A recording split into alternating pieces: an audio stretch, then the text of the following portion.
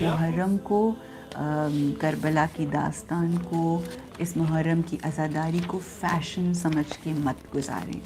اگر آپ سے 10-12 مجلسیں نہیں اٹینڈ ہو رہی تو نہ سنیں، ایک سن لیں، مگر اس کو سن کے سمجھیے، اس پہ تدبر کیجیے، اور اپنا سیلف انالیسز رات کو سونے سے پہلے کریں کہ میں کہاں کہاں غلط ہوں، میں نے کیا کیا غلطیاں کی، میں نے پاسٹ میں کیا کی، جو ہو گئیں ان کے لیے معافی مانگیں، اور جو آنے والے وقت میں کانشیس ہو جائیں۔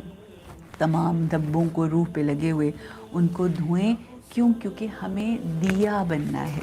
دیا جو ہے، جب بھی ہم کسی امام بارگاہ جاتے ہیں تو ہم جانتے ہیں کہ ہر علم کے نیچے دیے جلائے جاتے ہیں۔ جو حسینی دیا ہے، اس کا مطلب یہ ہے ہمارے جو اجسام ہیں یہ مٹی سے بنے ہوئے ہیں نا، تو جو دیا ہے، کبھی اگر آپ دیے کو دیکھیں تو دیا بھی مٹی سے بنایا جاتا ہے۔ پھر کیا ہوتا ہے، یہ بھی آپ کو کربلا کا اور محرم کا جو سمبلزم ہے وہ شاید آپ کو سمجھ آئے۔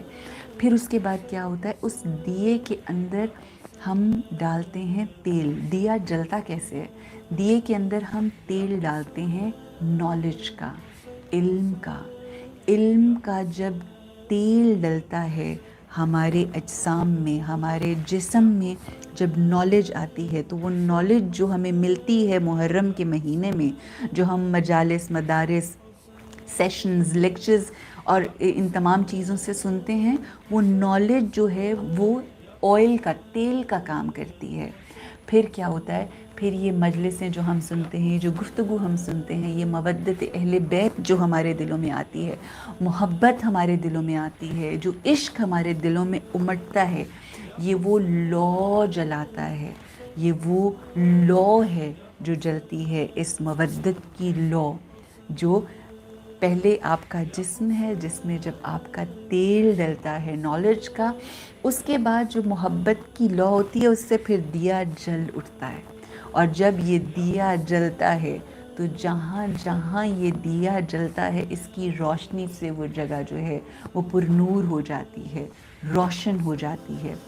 بالکل اسی طرح سے ہم سب کو اپنے اندر، اپنے اجسام کے اندر، اپنے اذہان کے اندر، ذہنوں کے اندر وہ تیل ڈالنا ہے نالج کا، علم کا۔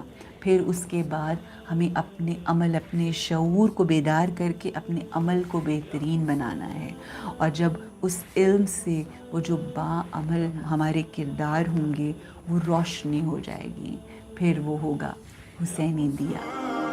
لبیک یا حسین، لبیک یا حسین،